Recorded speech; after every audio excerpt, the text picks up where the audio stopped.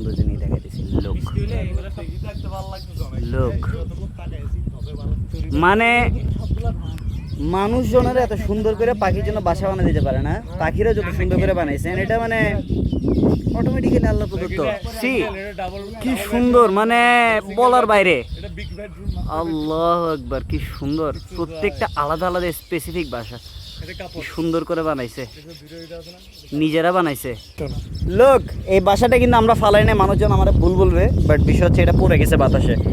এই যে ফাহিম ভাই তুলে দিল, কি সুন্দর, ওই যে এখান থেকে পড়ছে। সি মাশাআল্লাহ, এটা এটা কি সুন্দর ভাই। এগুলা কিন্তু সবগুলা মানে মানে এগুলা ওরা মানে ঠোঁট দিয়ে আয় না হয়তো সোরা মানে কি কানেও ছিড়া যাচ্ছে না, মানে আমার কি ক্রিয়েশন ভাই, আল্লাহ মানে কি কি দিছে, সুন্দর করে বানাইছে।